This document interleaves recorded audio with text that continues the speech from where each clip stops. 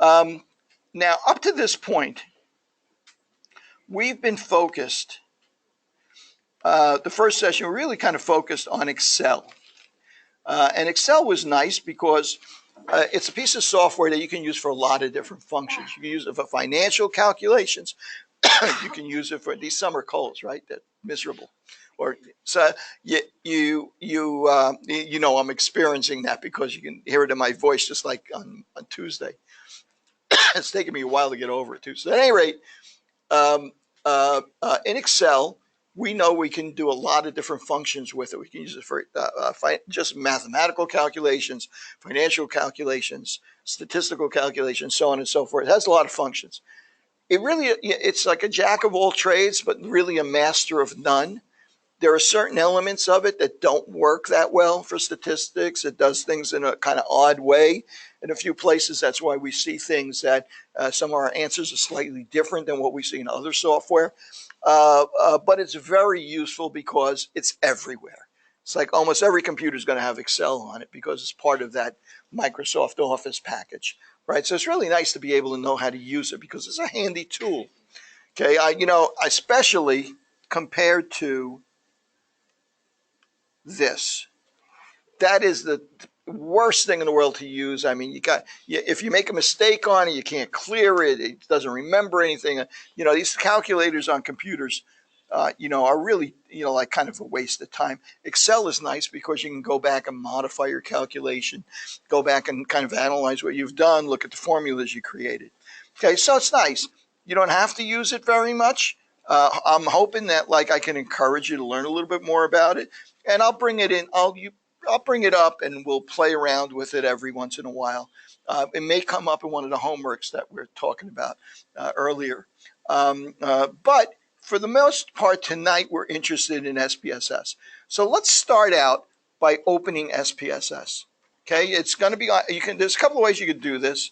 One is to find an SPSS file somewhere on your desktop or on your computer and double click it. It'll open that file. You can actually, if you want, go to Blackboard, download that NC-Birth 800 or mod file.sav. It's the SAV one. That's a SPSS file. You can download that to your desktop by right-clicking on it and say Save As, and then navigate to the desktop and just drop it on the desktop and double-click it. Or you can start by opening SPSS. Now, I know some of you that opened up SPSS, you see it opens up with a window that says, do you want to open a file? Do you want a new file? It's got kind of like a fancy introductory window. Most people just check off the box, don't show me that ever again, and just have a blank file open up, as you see back here. Now, that file that we're looking at, perhaps we can close the light. Somebody back there can hit the light. Okay, now this is really losing resolution pretty quickly here. You can't see it that well here, but let me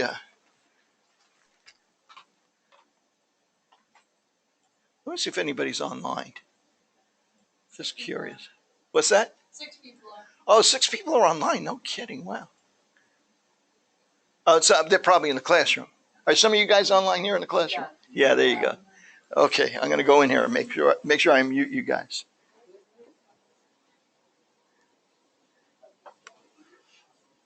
Okay, muted. Okay. Actually, there's probably no microphones on any of these machines anyway, unless you bring your own. Okay, so if you look at this sheet, if you have it open on your desktop, you'll see it a little bit more clearly. But it opens up. You can't see the lines in here, but there's lines and there's columns and rows in here. It looks just like Excel does. It functions very differently than Excel does. Okay, I'm just going to quickly go over the layout here. There's a number of icons up here. Probably not going to use them very much. If you look all the way at the top, you have all these drop menus on here. And we will go across there and take a look at a lot of those tonight as we go through this. The main ones that we're most interested in is in the File menu. We can go down to Open and open some data. We can actually navigate to a data file and open it. I'm not going to do that right now. We can create a new file. Now, there's 4 different kind of files that we can create. We can create a data file, a syntax file, an output file, and a script file. The script file and the syntax file are kind of similar. We'll talk about that. Okay, but there's a data file and there's an output file. We're going to find out why there's two kinds of files like that for SPS up in just a moment. Okay, so I'm going to go across and we got edit and we have view and transform and so on and so forth. Then we get to this drop menu says analyze. This is where we're going to do most of our work. We can go to analyze and I'm going to go past this first one, go to descriptive statistics, and we can analyze our statistics and determine frequencies, descriptive statistics, mean, median, so on and so forth. We can explore the data. We can do crosstabs. We're going to learn about that later on. We can calculate mean. We can compare means, doing something called a t-test, as we're going to learn about, analysis of variance, paired samples t-test. We can do correlations. We can actually see if there's a correlation between one kind of data and another kind of data. Okay, and we can also do something called regression, which we're going to get involved in towards the end of the semester. Now, one of the reasons I'm saying you got to keep up is because a lot of this stuff winds up being heavier towards the second half of the semester than it is towards the first half because we're learning the basics in the first half. So things accelerate pretty quickly in this class.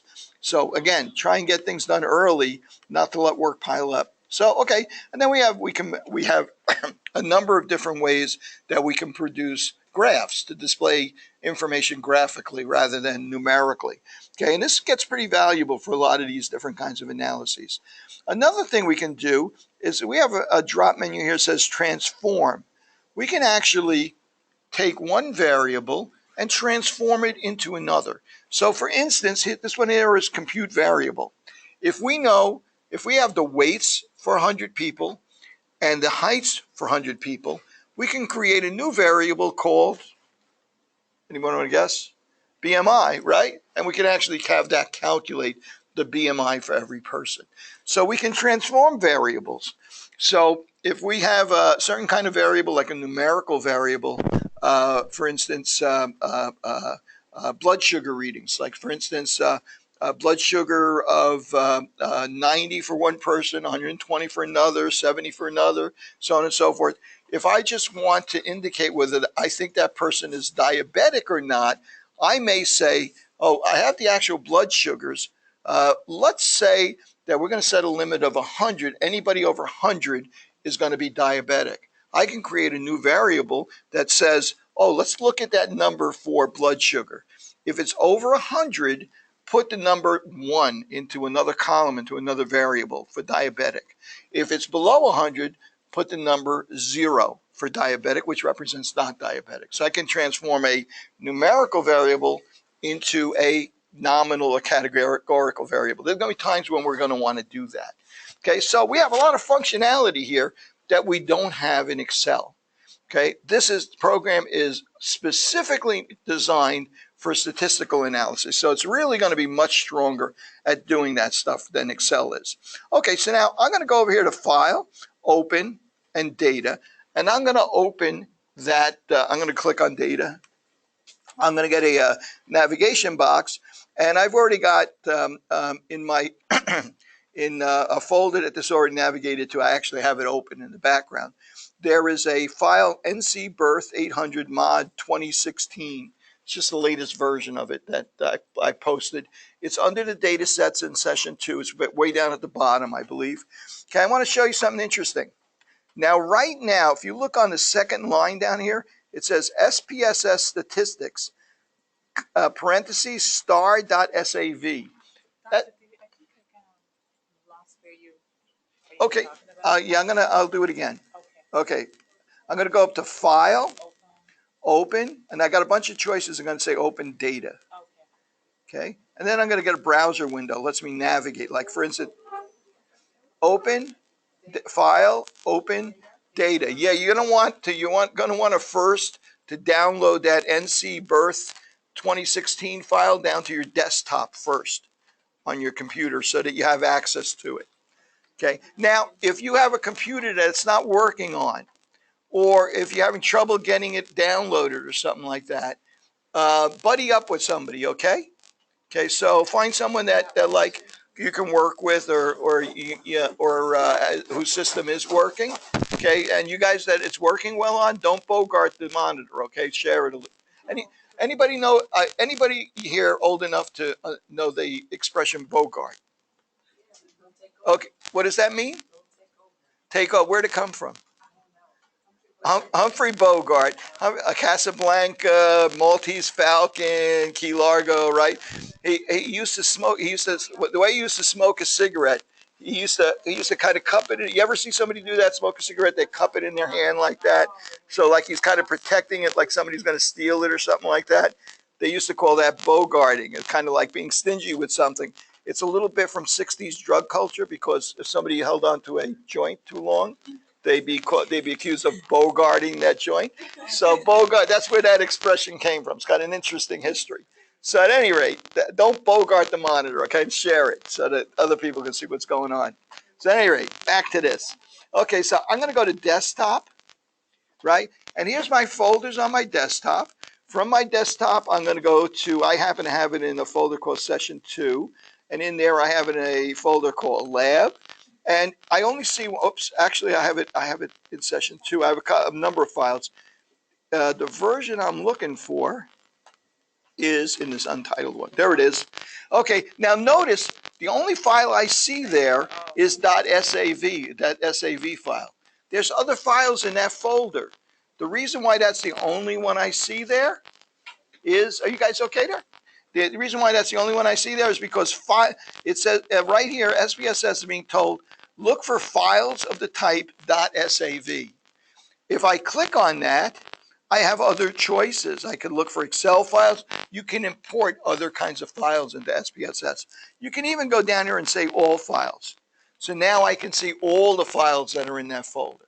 The only ones I want to open right now is the SAV file, that NC Birth mod 2016.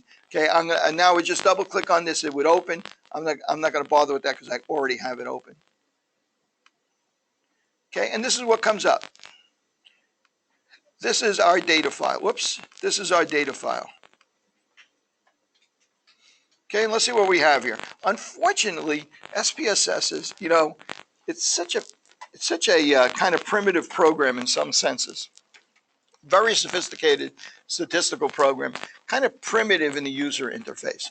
Okay, and the reason why I say that is because every other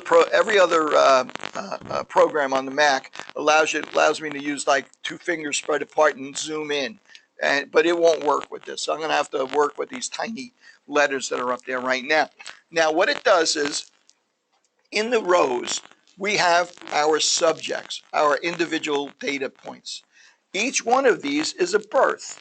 A mother that gave birth in North Carolina in, I don't know what year it was, probably I think it was pretty old data, 1999 or something like that. So these are 6, 7, there's actually 800 lines of data here, each one representing a birth. The columns represent the variables. Okay, the first column is called plurality. Anybody know what that means, plurality? In births, it's a number of babies in the birth, right? In other words, twins would be 2. Right? Single birth would be 1. That's why you see numbers there. They're almost all 1s. So plurality is a number of babies that were born of that gestation. Okay, the sex, obviously, it's not the sex of the mother, it's the sex of the baby, right? Male, female, and so on and so forth. We actually see male and female displayed there. MH is the mother's age. Weeks is the number of weeks of gestation. Yes? How can we change the sex for it to actually be words, as in male or female? Because right now we have it under like. You have 1 and 2. You have 0 and 1 or something like that. We're going to take a look at that right now. Okay. The reason why you see now, keep in mind that very early on, when these programs were put together, a lot of times they coded data for a couple of reasons. One reason was actually to save space and memory. Computers didn't have a lot of memory, so if you had very large data files, you didn't want to put like a long description when you could just put 1 or 2 and have that represent something, a much longer description. So you might substitute 0 for males, 1 for females, or something like that. Okay, so now there's another reason for doing that, and that is computers are very literal. If, for instance, you typed in M-A-L-E, all lowercase, and you typed capital M-A-L-E, it might recognize that those are the same values. So most of the time you'll be entering data in a coded fashion. Okay, and we're going to take a look at that coding in just a moment. Okay, so in fact, the real data here doesn't say male and female. It says 0 or 1. Okay, and the way we're going to determine what that is, what that really is I'm going to go down at the bottom here. There's a couple of ways for me to get to it. Down at the bottom on the PCs, it might be a little bit slightly different place. It says data view and variable view. I'm actually going to make this narrower so you can see it's in the middle of the screen now. I can click there between the variable view and the data view. See things change there, right? Variable view, data view. I'm going to pull this back down. Now I'm in the data view right now. It's actually showing me the data. Each row is a subject. The columns are variables. Gained is the amount of weight that the mother gained. Smoke is whether or not the mother smoked during pregnancy. The ounces of the baby at birth, the baby's weight at birth in ounces and grams, so on and so forth. Okay, I'm going to go to variable view. Now notice there are 1, 2, 3, 4, 5, 6, 7, 8, 9, 10, 11, 12, 13, 14, 15 columns. We have 15 variables. Each one of those columns represents a variable. Okay, so I'm going to go to the variable view, and what do we have? We have 15 rows. Each one of those rows describes the property of that variable. Okay, so for instance, let's go to sex of the baby, for instance. Okay, you'll notice that the first thing I see is the name of the variable, SEX. SPSS is a little bit particular about variable names. So, for instance, it doesn't like a variable name to start with a number. Got to start with a letter. Okay. Used to be they were only limited to 8 letters, but now you can make them much longer. You can't put in spaces or special characters. Start with a letter, and it can only have letters and numbers in it. That's not very convenient, right? No spaces is not very descriptive. When you produce a graph, you don't want it to say, for instance, race of the mother says race mom with no space between it, right? That's not a very elegant thing to put on a graph or a table, right? So the data, you can actually tell it that that's the variable name, but now if you want, you can go over to label, and you can actually click on these if you're careful, and spread them out like that. And you can see that even though the variable name is race of the mother, I can tell it that the label that represents that variable name is race of mother. Okay, so that's what's going to wind up on our tables and graphs, even though the variable name technically is race mom. Okay, now we can tell what kind of variable it is. It says it's numeric. It says it because it's represented by a number. Okay, so that's why it says numeric there. So I'm going to move over here, and if I go over here to values, this column says values. I'll spread that out a little bit. If I click in there I'm going to go back to sex. Okay, if I click in there, you'll notice that it pops open, and I see value labels. And in here it tells us, or we've told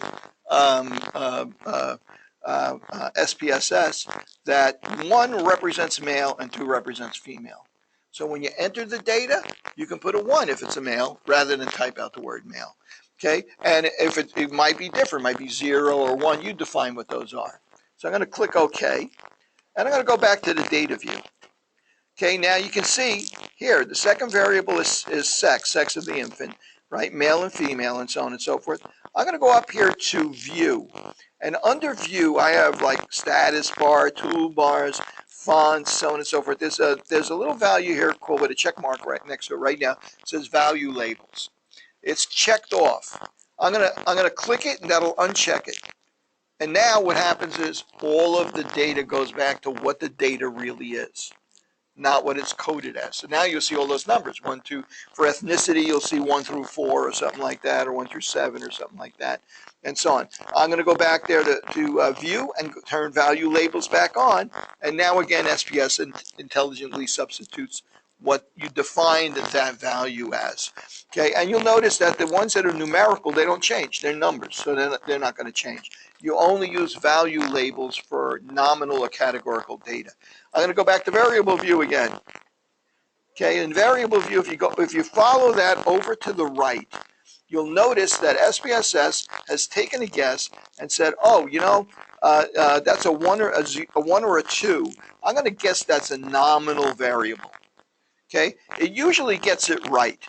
Now, if I look at plurality, which is the number of infants born during that gestation, it says nominal also, right? But it's really a number, isn't it? Right? So I might want, depending on the kind of analysis that I want to perform, I might change that to scalar. Scalar is SPSS's word for numerical variable, right? Why did it call it scale? Why did it call it nominal? Because when it looked at it, it saw all the values. Maybe there's no triplets in here, so it said, oh, there's only values 1 or 2. So maybe that sounds like a nominal variable to me. So it guessed at it, right? But now you have to go back and make sure it works, that it's correct. The reason why that's important is because you'll find that when you try and do certain kinds of operations, like find the mean, standard deviation, if SPSS guesses that it's a nominal variable, it won't let you do numerical calculations on it. Okay, so it may keep you from doing the operations that you want to do on it. Okay, so that's the way we do this. Now, if I had a new data file, new data, might take a moment, my computer, oh, it opened quick. Okay, if I go to right now it opened in the variable view. If I go to the data view, I can actually say subject number 1. I'm going to put subject number 1's weight is 180 pounds. I can actually type the data in if I want. Their height is 63 inches. Number 2 is 200 pounds. And there's 69 inches, okay, and so on and so forth. I can actually type data into this. I can't put equations in this cell. I can only put the data. This is subject number 1. This is subject number 2. Notice that I didn't define a variable name. So it invented the name VAR00001 and VAR000 number 2. Not surprisingly, you can go to the variable view, and now you can give it whatever variable that the name that you want. Double click it. I'm going to change that to weight. And over here, I change that one to height. Okay. I spelled it wrong anyway. Under the label, I'm going to say weight. Maybe I'll call it starting. Maybe it's a weight study. Starting weight. And over here, I'll call it starting height. Okay, you can actually give it whatever label you want. Now, from now on, when it does a calculation, produces a graph, produces a table, it will use for weight, starting weight. It'll use, for, at least for this variable, it'll use for that variable height, it'll use starting height. Kind of a real term. Okay, and so on and so forth. I can go down here and tell it that, let's see, it's a scalar variable. I can tell it says unknown because it wasn't sure. It only has one value, scalar variable, to let it know that it's numerical. If I put gender in here, I could do this right here from the variable view. Gender, and I can tell it, go click into the value, I can put sex for the name, for the, actually what's going to wind up on the graph or table. If I click into values, it gives me the opportunity now. Notice if I click in there, it gives me a little box, gray box there. I can click on that. It'll open that value labels. How do I label it? Okay, I'm going to tell it 0 represents female and click add. 1 represents male and click add. You always got to click add. If you just click OK, it's gonna forget it. Click OK. Now I can go back to the data view. Actually, first I'm going to tell it it's nominal.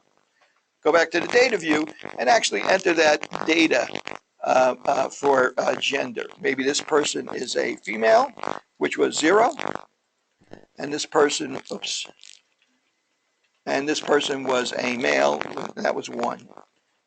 Okay, and whoops, I put 11 in there for some reason. 1. Okay, male. So you see that because of value labels. Pretty simple, right? Okay, and the hallmark of SPSS is once you get used to the interface, it really is simple. In fact, in a lot of cases, it's too simple. Because the problem is you're going to be able to do very, very complex, powerful calculations, statistical analyses with SPSS without much effort at all. The real key is to understand how to do them correctly, what to use when, how to interpret the data, and so on and so forth.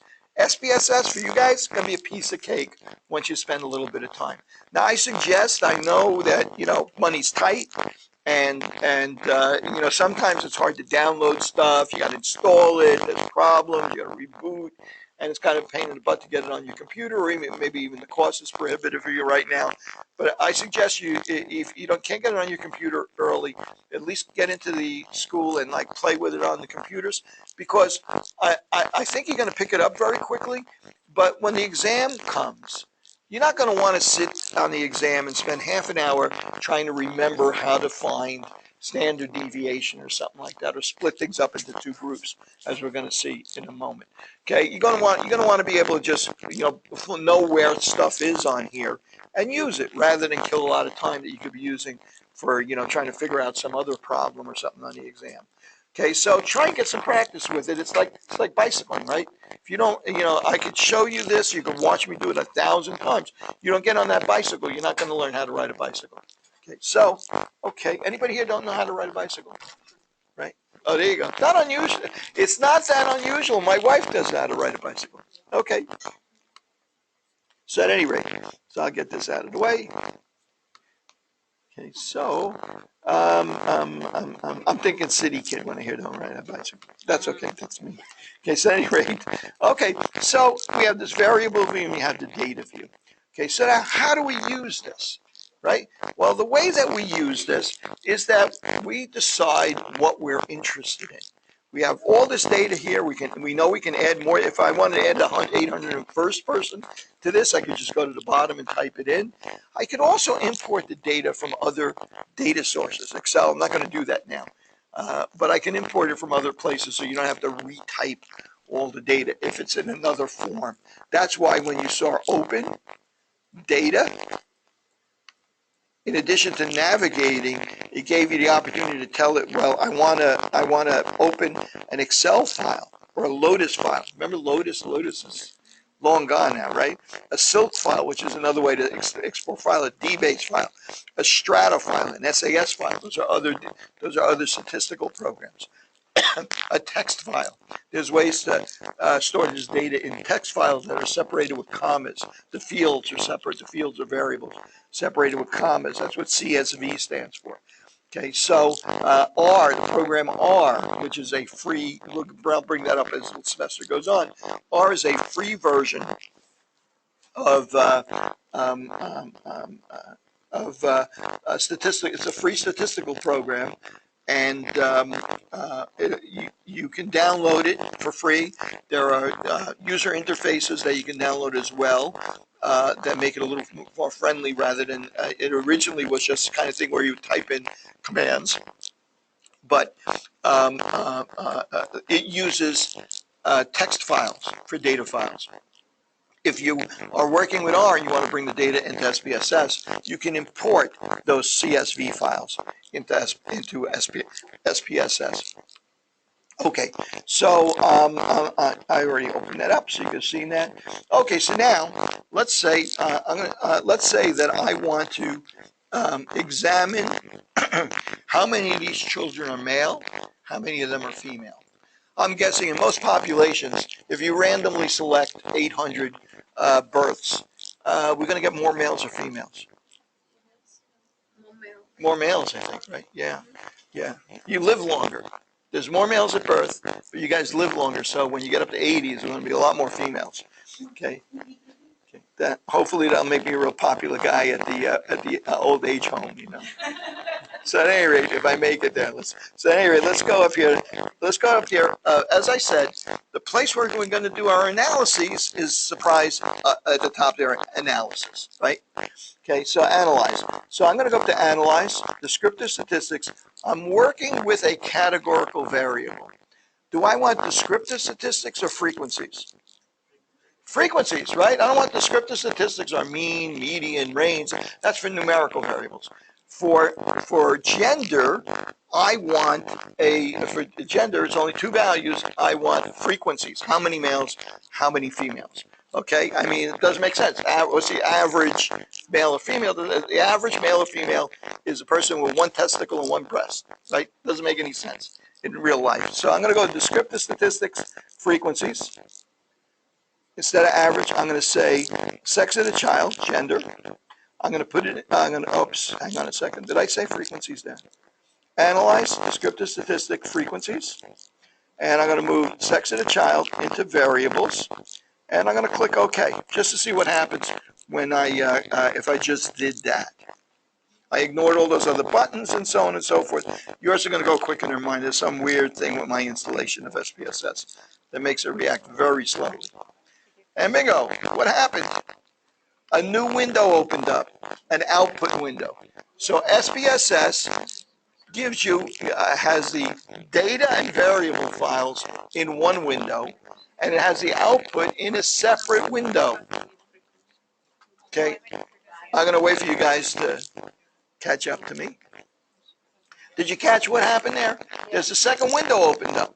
Now keep in mind, those are two separate windows, those are two separate files.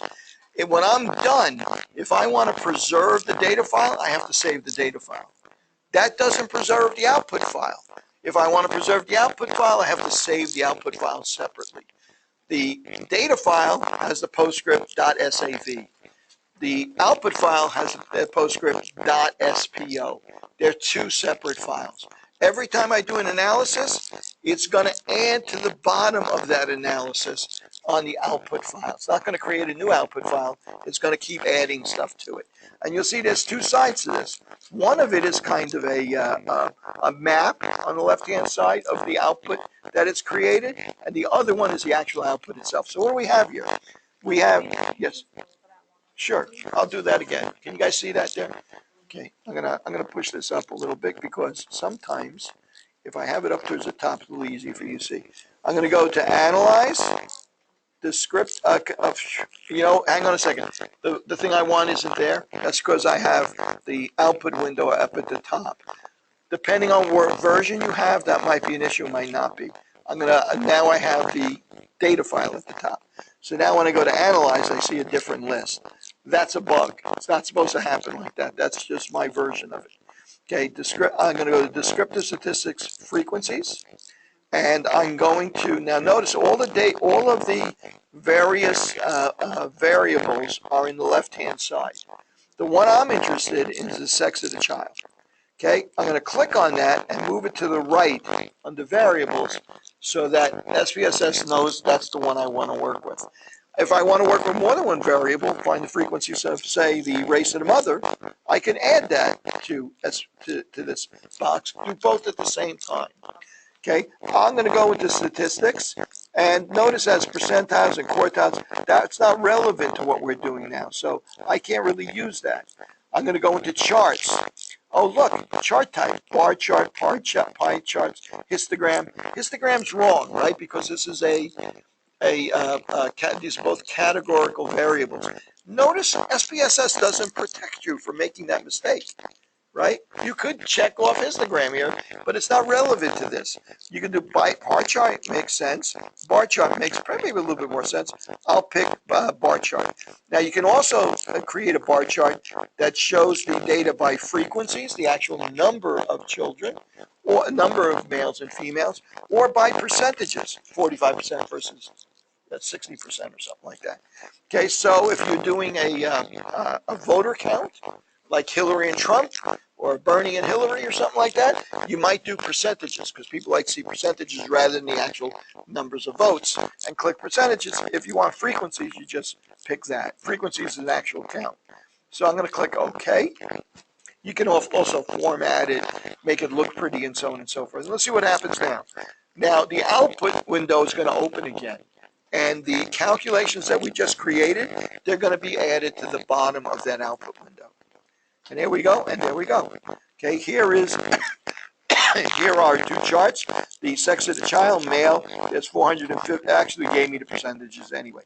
415 males, 382 females, so on and so forth. The percentage is 52 to 47, and more males than females, as we suspected.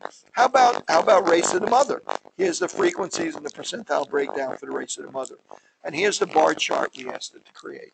Now notice it says sex of the child. It just doesn't say sex. It also says race of the mother, not race mom, right? It substitutes that label for the variable name. Okay, and you can get a look at these, what this population in North Carolina look like from this information. So this is what we do with categorical variables. Let's take a look at a numerical variable. Okay, now notice that all of this is in the same output window, right? Now, if we're doing 20 analyses, you can jump around quickly by using this to navigate. Go to the bar charts, go back up to frequencies, and so on and so forth. A little map on the left-hand side. Okay, so let's go back up here to analyze, descriptive statistics. This time I'm going to go to descriptives instead of frequencies. Okay, so now let's pick out a numerical variable here. How about the age of the mother? Right, so it's got a rule or notes. It's a numerical variable.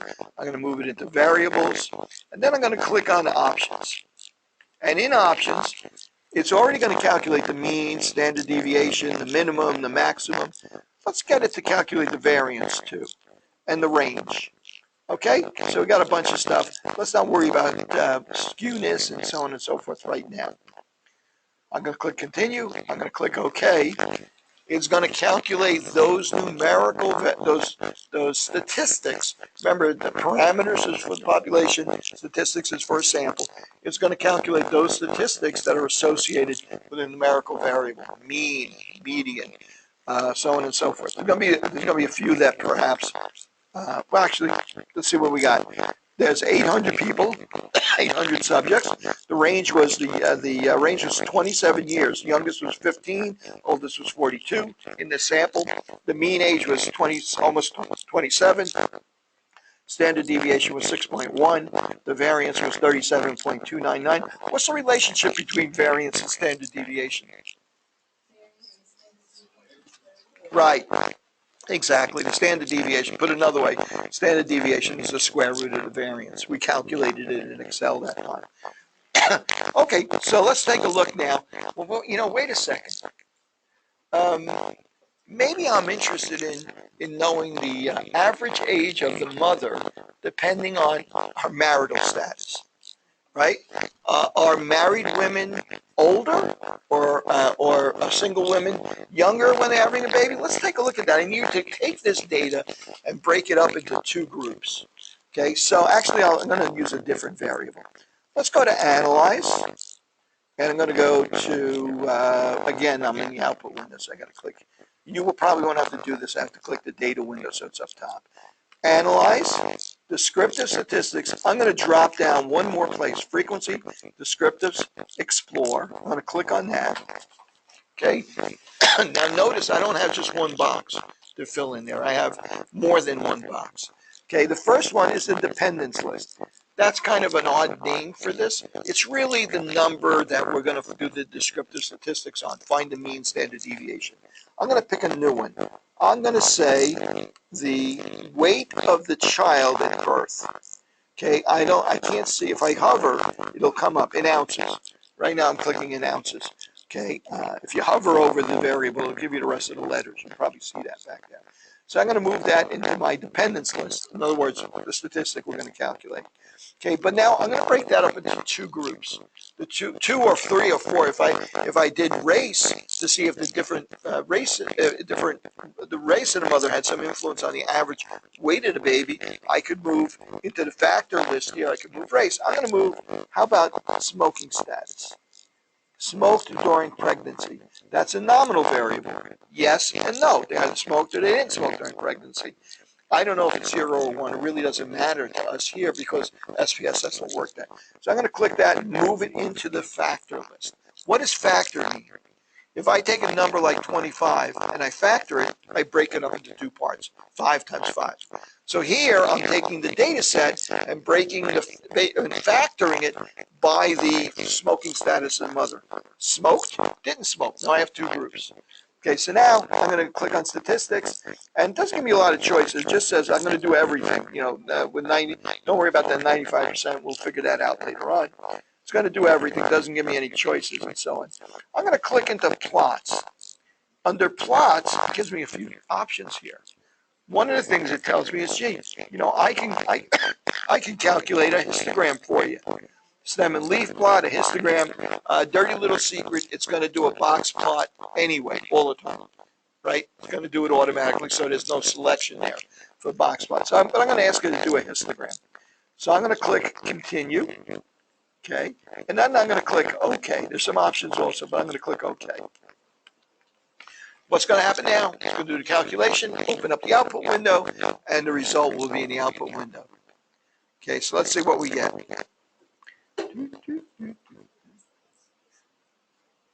Okay, here we go. So here's the result. How many how many mothers smoked during pregnancy? Did not smoke during pregnancy? 684. How many did smoke during pregnancy? 114. Now, between me and you, that's interesting, isn't it? Because that's actually a pretty big number for smoke during pregnancy. That's because the data is very old, right? It might be the 1990s or something like that. Nowadays, a woman picks up a cigarette and they want to stab her, if she has pregnant. Am I right? Did I read recently that some court decided that bars have to serve pregnant women? I don't think I'm making this up. I don't know what state it was. Am I right about that? They can't deny a pregnant woman a drink if she goes into a bar. It's her choice. They can warn her. They can put the post sign with a warning. I don't know if it was New York. It was sometimes these states do odd stuff. Or if it was a federal court or something like that, we can look at it when we get. I tell you what, when we're done with this, I don't want to kill time on it. When we're done with this, we'll actually look it up. But I was just reading that. So back in the 90s, more women smoked. More women smoked while they're pregnant. Nowadays, I would guess those numbers would be a lot smaller. Okay, so let's take a look at the breakdown now. Now, among women who did not smoke during pregnancy, the mean weight was 117 ounces when the baby was born. How about women? If I go down here, women who did smoke during pregnancy was 109. The the average birth weight for mothers who smoked during pregnancy was lower than the average birth weight for mothers who didn't smoke during pregnancy. Does that mean that smoking causes lower birth weight? We don't know, right? Could be a million other variables. Could be women that smoke during pregnancy also don't go for exams and keep up with vitamins and don't watch their diet and so on and so forth. Could be a lot of reasons for that, right? Could be younger, for instance, right? There could be a lot of other factors. But look at the data it calculated here. I'm going to calculate confidence. I'm going to skip confidence interval for now. I calculated the mean, the median, the variance, the standard deviation, minimum, maximum range, and the quartile range. Skewness and kurtosis. I'm not going to worry about that for now. But look at all that data it got for us. 800 subjects, right? Bing, like that in a fraction of a second, right? Or on my computer, about a minute and a half. So for whatever reason, there's some bug. Okay, let's look at the histogram. Well, let's look at this. Oh my goodness, this is the histogram for mothers who did not smoke during pregnancy. Is it skewed? Yeah, it's skewed which way? Left, right? Because what happens now? What are these? These are premature births, right? Now you're not going to get babies that are, like if the average is somewhere about 120 or median, about 120 ounces, right? You're not going to get babies that are 240 ounces, right? They're not going to get babies that are twice the weight. So we don't expect to see too much, see many outliers on the high end, but on the low end you can certainly get babies that are very low weight. And so that the mean here is pulled to the left, but the median isn't changed very much, right? So the median's pulled to the left, it's left skewed. Okay, and here we go. We kind of see the same thing. This looks a little blockier because there's fewer women in this study, right? So it made the bins a little bit wider, right? So, but we do still have, here's an outline. Right? So now this might be the kind of data you have to make a decision and say, when I analyze this data, there's something wrong here. That's a premature birth that may have occurred for some other reason that was unrelated to what I'm studying. I have to make a decision. Should I eliminate that and not include that birth in my data, in my analysis? When I'm looking at something else. Right? So that's why you're concerned about outliers. Are there really rigid rules on what's an outlier and what's not an outlier? No, you got to make rational decisions. SPSS makes its own decision based on a numerical analysis. It may not be appropriate to your study or not. Okay, we're about to see what it does. Stem and leaf plot. The way that this works is that if a baby is, let's see, if a baby is 105 ounces, it would be in this 10 and 5. So this 5 represents one baby that's 105 ounces. The next 5 is the second baby. Next one is the third baby, and the fourth baby, and the fifth baby. And this one over here is a baby that's 106 ounces. See, so each one of these digits represents the first digit in the weight, and the first and second digit in the weight, and the number on the right represents how many are in that range.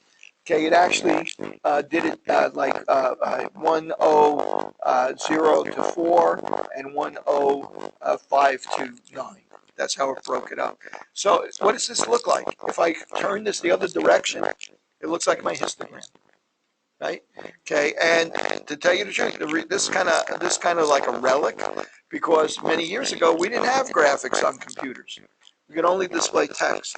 So this was a way to display a histogram displayed as text when we had computers that couldn't easily do graphics. Probably most people would never use this anymore. It's called a stem and leaf plot. Okay, so and this is a stem and leaf plot for the other data. Okay, now let's look at our box plot. Okay, so the one on the left is mothers who didn't smoke. The one on the right, mothers who did smoke. So we see the median value is higher for mothers who smoke versus mothers who don't smoke. But look, the variability is quite large, isn't it? So maybe this could be by chance rather than a real difference, or maybe there's other factors as well.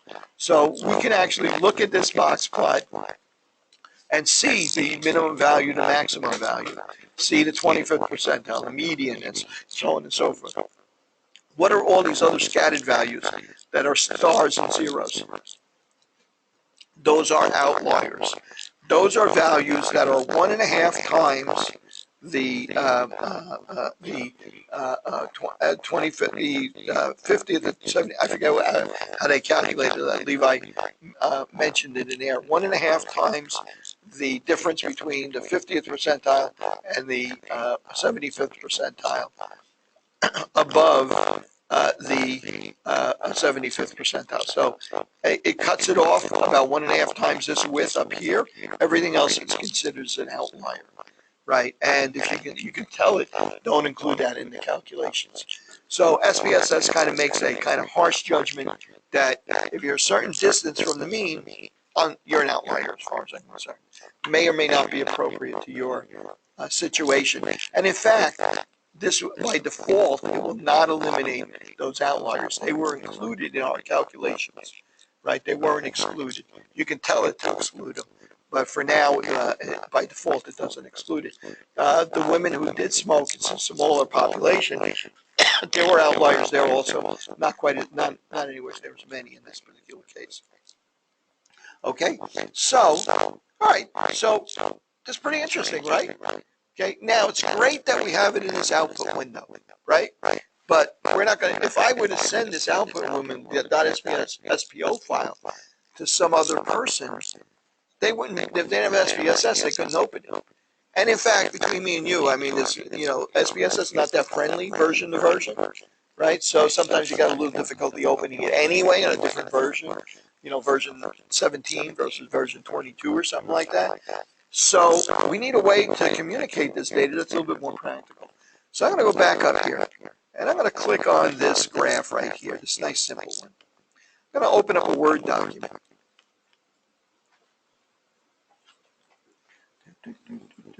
Okay, I got to turn off this gallery stuff. Okay, here's a nice new Word document. I'm going to make it a little skinnier so we can see both at the same time. Okay, I'm going to notice if I click away, it's not outlined. If I click into it and outline it, I can, it highlights it. I can right click on it and say copy. On the Mac, that's Control click, and say copy. Then I can go over to my Word document and I can say paste.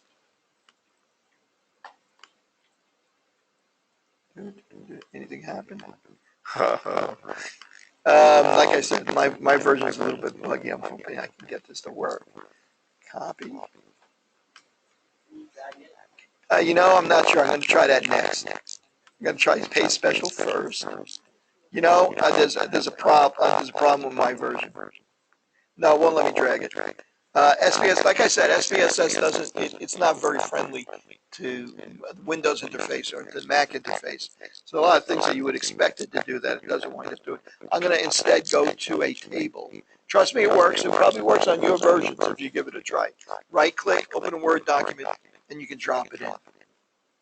I'm going to go up here to my descriptive statistics that I calculated before. I'm going to say copy. And I'm going to do my Word document. I'm going to say edit and paste. Oh man, it's really fighting me tonight. Okay. Formatted text. It should paste it in. Yeah, I have a bug in my version, unfortunately. I'm going to have to reinstall it, unfortunately. Just my luck. So, at any rate, let's see if I can get around this somehow or other. Oh, okay. I'm going to cheat. I'm going to go up here, make believe I copied and pasted it. It will work in your version. Okay, I'm going to go over here. I'm going to highlight this thing. Say there it is. I'm going to say copy. Then I'm going to go into Word and I'm going to say paste. Is it Word that's got the problem here? Oh, it should be there.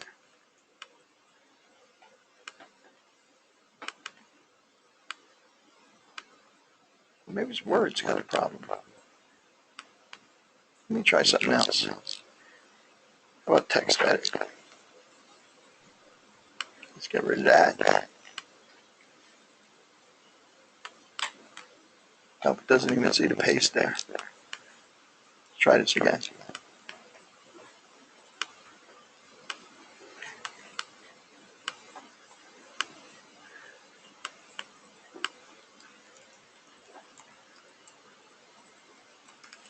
Huh. Now, okay, I'm going to try this. Try this other way again. And this should absolutely work.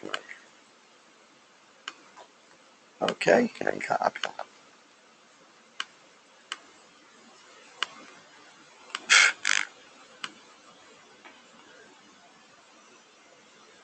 Okay, go back to Word.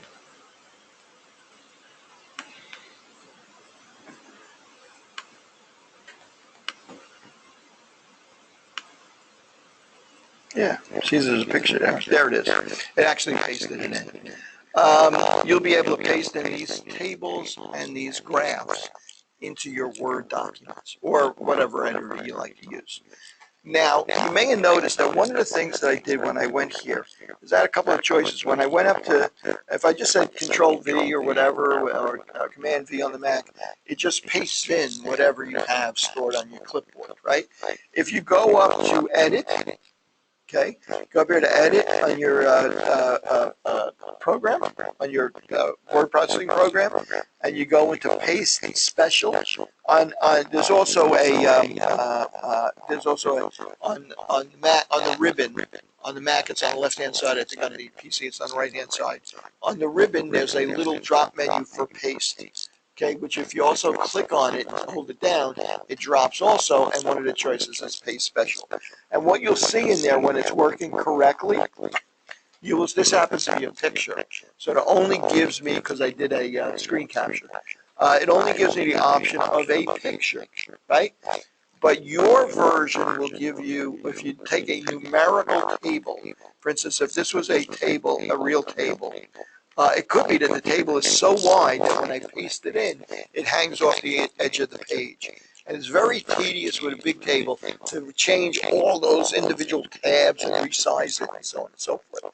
You will have the choice of pasting it in as formatted text, as a picture, as a table. Also, it'll give you the option of pasting it in as a picture, even though it's not a picture, even though it's a table, right? And if you paste it in as a picture, it's a lot easier for you to resize and relocate on the document.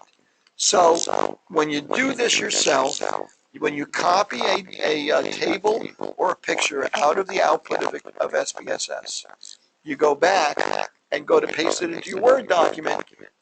Go up to Paste Special and make the choice that's most appropriate for you. If it's a small table, you might want to just say paste, right? If it's a big table, you may say, I want to paste this in as a table, as a picture, because then I don't have to futz around with the tabs to make sure it doesn't spill outside the margins of the page, and so on and so forth. When you do this, you'll understand what I'm saying. It'll make sense to you. Okay, but you explore your Word document. When you say copy, when you paste it into your other document, explore that option of Paste Special.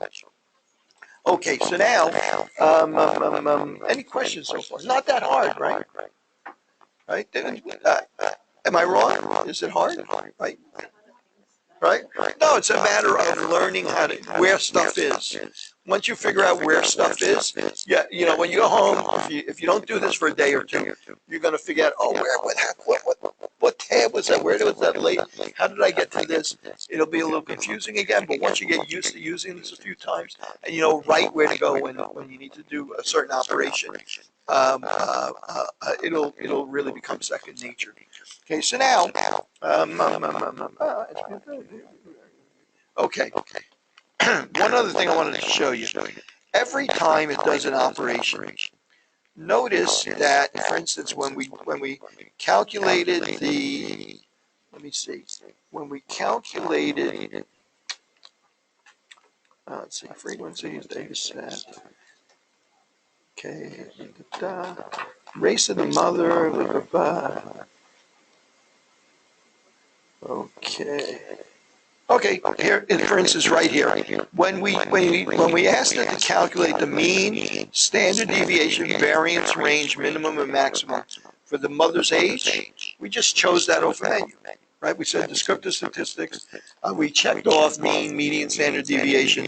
Notice that it put in a little script here, a little text that describes that operation. What does it say?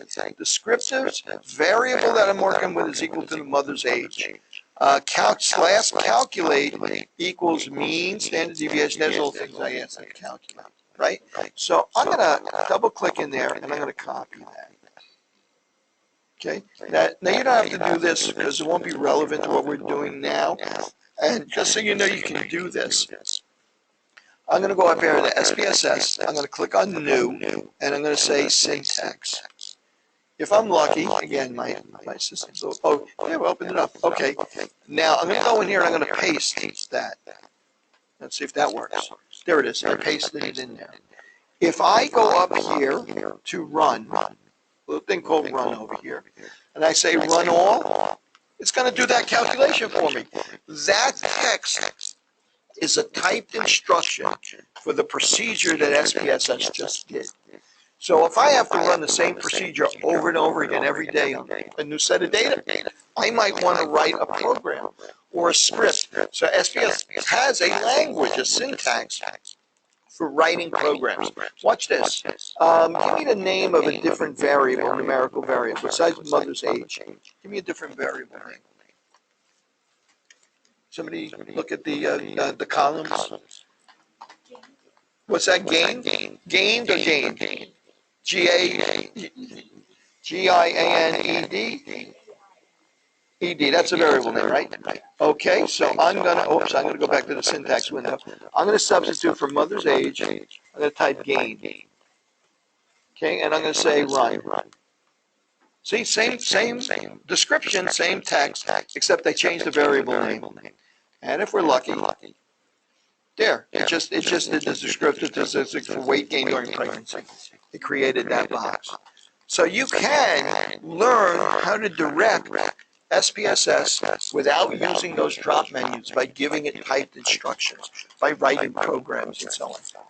Okay, so that gives it, it gives you a certain amount of power in terms of if you have to use it for data. Now, there's places where you use immense amounts of data. There's data pouring in all the time, the Department of Health, EPA, and so on and so forth. There's a term now for the accumulation of enormous data sets called big data, which means special handling and so on. So being able to use this in that fashion is really a powerful thing. We don't have to worry about it for our purposes for this class, but just so you know that this possibility exists. Okay, so now what I'm going to do is I'm going to take a look at our homework. Okay, maybe we want to, now, I'm about to close, save the contents of output viewer to output one document. Should I save this now? Now, if I don't save it, it's gone. I have to redo the calculations all over again. But before I say yes, I'm going to go up here. I'm going to mention that I'm going to close the syntax window. Save, no, I don't want to say it. Syntax window. Did I close it? I think I closed it. I think I closed it. I'm such a dope. Okay. I'm just going to do a quick analysis here. Okay. Notice that data is still in there. I'm going to create a new window. I could either take what I need, copy and paste it. There's another way for me to save it. You can see how buggy this is on my machine. It takes so long. Okay, so I got all that output again from that analysis. Now, one of the ways I can save this, copy and paste all these tables. The other way I can save is I can say save. Oh, click in there. File. Recently used data. We're saved.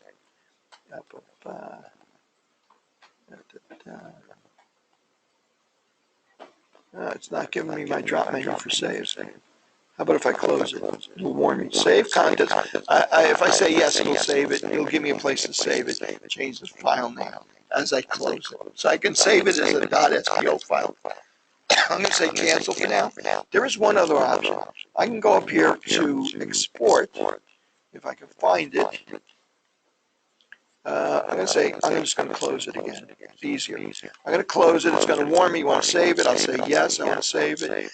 But now, instead of saying save it as an SPO or a view, what they call a viewer file, that's by default right now, it's a viewer file called SPV. I can go down here and say, as an HTML file, I'm missing options here. Again, this is part of the problem with my installation. One of the options that you will have on your version is an RTF file. What's an RTF file? Anybody know? A rich text file. It'll actually store graphics and formatted text, pictures, and your tables and stuff like that. You can save it as an RTF file as well. Okay, so you can save it both with RTF file and so on and so forth. A lot of ways to skin a cat with SPSS. Okay, so I'm going to just close this now. And let's take a look at our assignments for this week. So I'm going to go to Blackboard. And I'm going to go click on here and log in. And I'm going to go to our website, our Blackboard site. And I'm going to go into assignments. Okay, and again, I'm putting this in here so you start at the top, you work your way down. When we get to assignment 2, I'm going to probably start posting another brief exercise, maybe for something that's due next Monday. That'll be maybe exercise 2. I think assignment 2 is not for another week, but I may give you something brief. These 3 things are the things we need you to do. Then there's that let's introduce ourselves. You can read that, and I'm asking you to do at least 2 posts in addition to introducing yourself. And then the city program is on there also. But I'll put the newer assignments at the top, so you can just work your way down and make sure you get through all of this stuff. Okay, so exercise 1. Okay, let's open that up. Actually, take a look at it.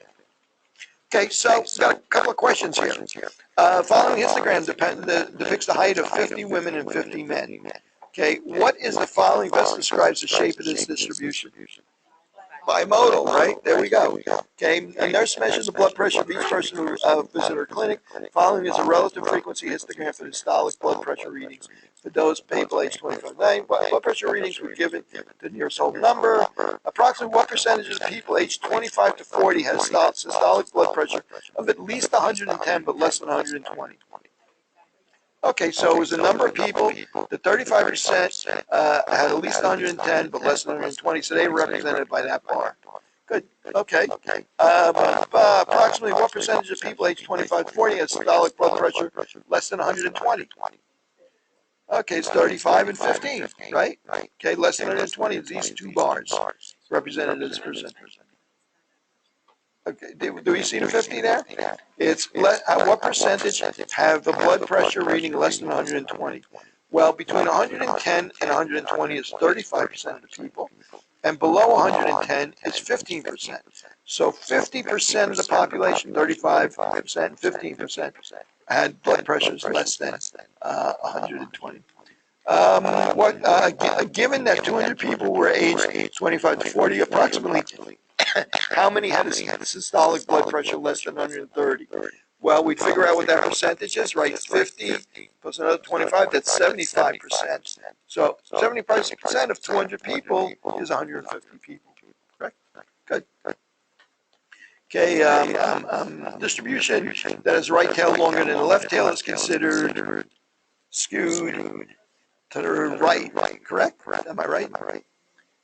Okay, proportion of adults 15 when age is 5%. Would you expect it to be significant? Oh, okay. So this is an interesting one. Proportion of adults age 15 to 49 who are living with HIV/AIDS is 5%, half a percent. In Latin America, 1%, Caribbean, 0.9%, 0.6% North America. Suppose we include sub-Saharan Africa 5% to this data set and calculate the standard deviation. Would you expect it to be significantly larger, smaller, or remain about the same if we include sub-Saharan Africa? Or without sub-Saharan Africa? We'd expect the standard deviation, the variability, to be smaller if we take out that value that's so different than the others, right? Standard deviation is big when there's a lot of difference between the values. So if we take out sub-Saharan Africa, all the other ones are close together. So the standard deviation will be smaller. You got to read the question a little bit carefully. This region, okay, okay, now in this question 7, polled sample of male Mexican American adolescents, the association between smoking and unhealthy behaviors was classified according to smoking status as response to a question asked whether he liked to do risky things. What proportion of sampled smokers like risky things? Okay, now smokers. So sampled smokers. Now listen to that. We're only interested in the smokers. How many smokers are there? 45 plus 36, right? Okay, now, so what's the proportion that like to do risky things? 45 over 45 plus 36, whatever that comes out to, right? Was that like 60% or something like that? Okay. What proportion of sampled non-smokers like to do risky things? Well, that's going to be 48 over 46 over 46 plus 153, and that's going to come out to, I don't know, 25%. Okay. Okay. So question 9.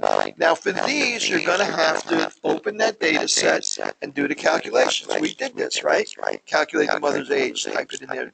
The 2 significant digits. That means like 23. I'm sorry. To 2 decimal places.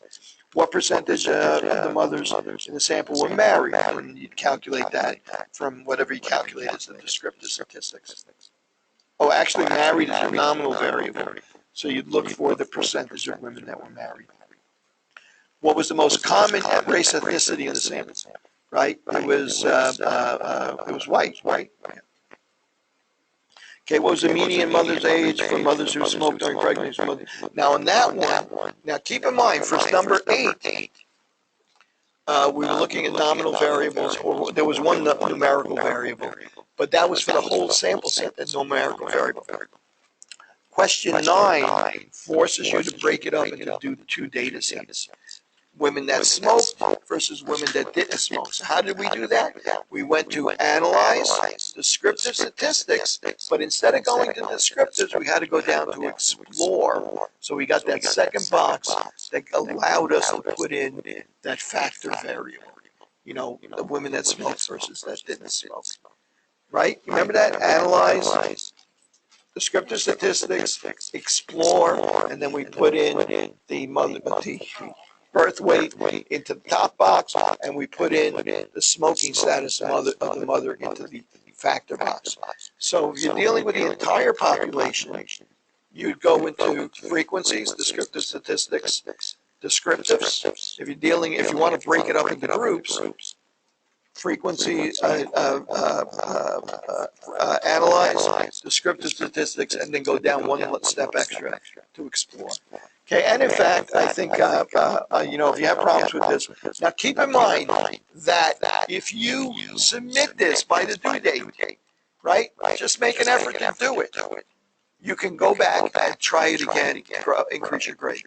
Okay, the objective here on these homeworks and these assignments is the number one, get you to do it, get the practice, and understand it, okay?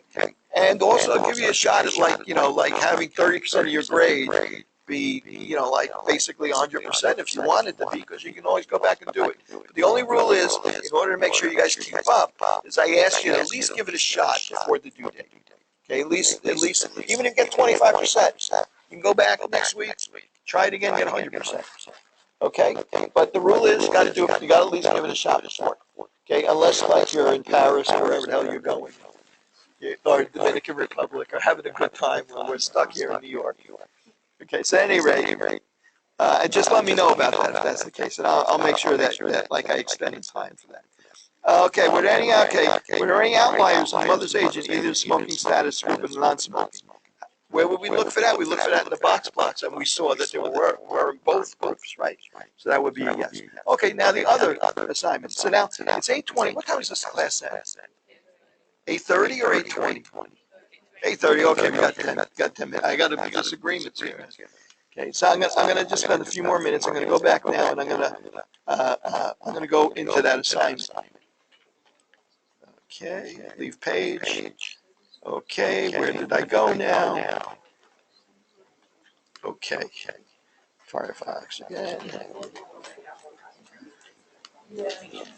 Okay, now I'm going to go into the assignment. Okay, and I'm going to go into the assignment. The assignment's a little bit more demanding. Okay, so let's click on here, and I'm going to click begin. Okay. So the assignment kind of falls back on some of the other stuff we've done, like nominal, you know, identify these different variables. Okay, which of these are categorical variables? I give you a hint. Two of them qualify as categorical. Some of them can be a little bit tricky, you know, but you can look at this on your own. Discrete numerical variables, right? Those are integers, right? Okay. Numerical, like do you smoke? Yes and no. That's a nominal variable. It's not a numerical variable. A numerical variable. It's certainly not a discrete one. What's your blood pressure? That's not a discrete, not an integer. It could be an integer because it's not really an integer. Because the only reason it's an integer is because that's what people write because it's convenient. But your blood pressure could be 110.9923497 millimeters of mercury, right? Okay, which of the following numerical scalar variables, I'm going to let you guys, you know, struggle your way through those. Okay, referring to the image charts.pdf, if you go into Blackboard, you'll see that chart. Okay, it looks something like this. No, I got, actually, it's these charts. Right? It asks you various questions about these charts. Plots, which of them look like a normal distribution, which are symmetrical, variable V, which are not symmetrical, which direction are they skewed, right or left? I'll leave that up to you to figure out. Histograms, you know, examples of what kind of distribution. Let me take a look at C. Well, if you look at C, what does that look like? Can you guys see that? Bimodal, right? It's either bimodal or multimodal. Okay, so you guys can play around with it. Okay, there's another group. They're called presidents, and that's the age of the presidents at their inauguration. I'm going to open that one up. Let me get this out of the way. Okay, desktop. Session2, and on title, I don't think it's in here, and nope, presidents is not there. How about here? Lab? Who's in lab? It's presidents. Okay, so here's the presidents.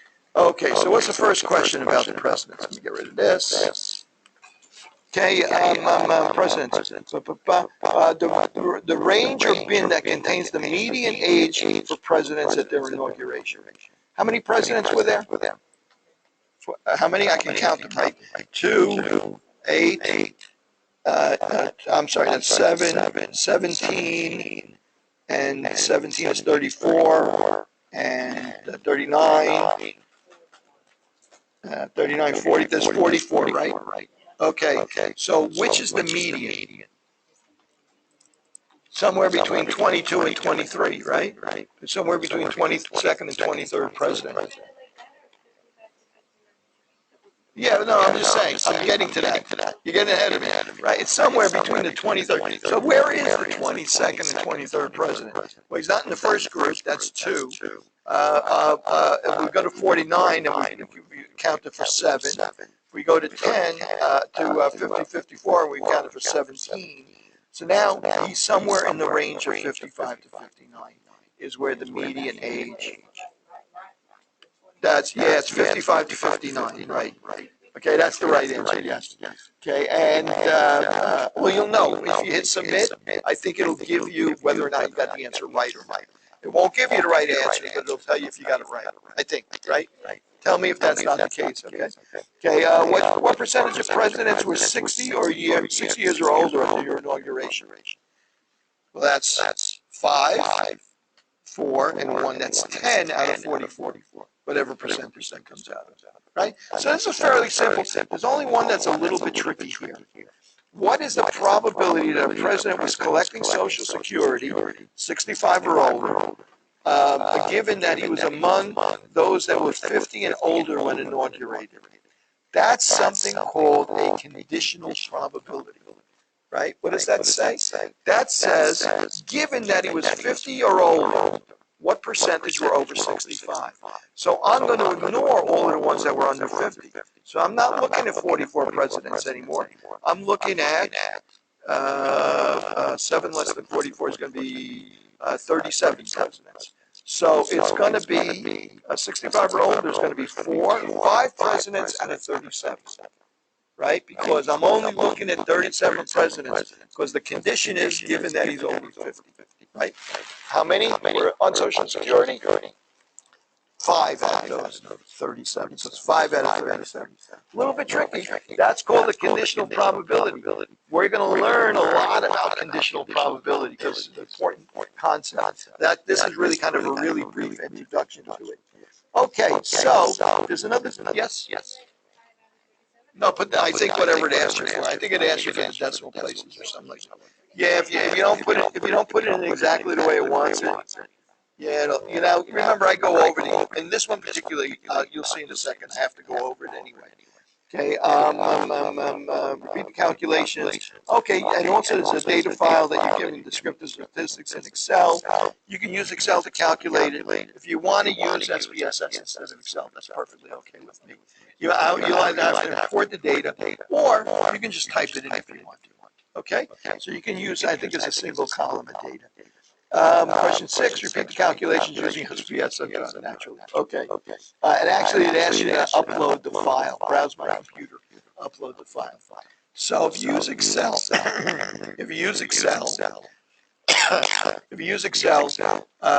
it as an Excel file and upload it at that point. Click on it, browse and upload that file.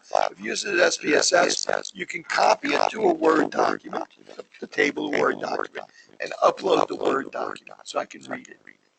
Don't upload the SPSS file because it may not work on my version of SPSS. Just copy and paste it into a Word document. Save the Word document. Okay, then finally, there's a copy the appropriate tables and complete the exercise that we started. Where is that exercise? I think I gave you a document. Did I not? Is there a document on there? Where, let's see, lab, oh, it's in the assignments. Oh, it's over here. I think this is this. This exercise, right? It basically is a Word document that says calculate the frequencies for the analyze the script for whatever variable name. This one, the number of mothers who smokes or didn't smoke, and then paste the folder right in there. Yeah, question 9. Use this document. It's called SPSS, Descriptive Statistics Exercise Copy. Right? It's on Blackboard. And you can use it rather than create your own document. Just use this one and just go through these different questions and paste in the appropriate table or graph. It actually tells you how to do it. It says use SPSS, this third question. Use SPSS to calculate descriptive statistics for the age of the mother, all mothers. So how do you do that? Descriptive statistics, analyze descriptive statistics, descriptive variables, and then you click the variable name that you need. For the mother's age is MH, right? And then copy and paste it there. Display a histogram, copy and paste the histogram there. Display a Boxplot, it's going to do that automatically, put it there. And then you also, it makes you do a version where you got to do it side by side, and so on. Okay, so if you have problems with that, post in the discussion if you want, email me, right? And like I said, this happens to be due on Wednesday. Like I said, oh, actually, I think I made this. Did I make this due on Monday or Wednesday?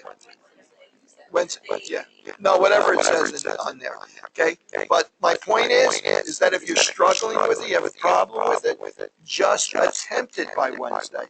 Submit a version of it, even if you know that you're having issues with it, so that way we get a chance. I get a chance to see how many people are struggling with it, what the kind of problems are, and I can bring it up in lab and review this. Yes.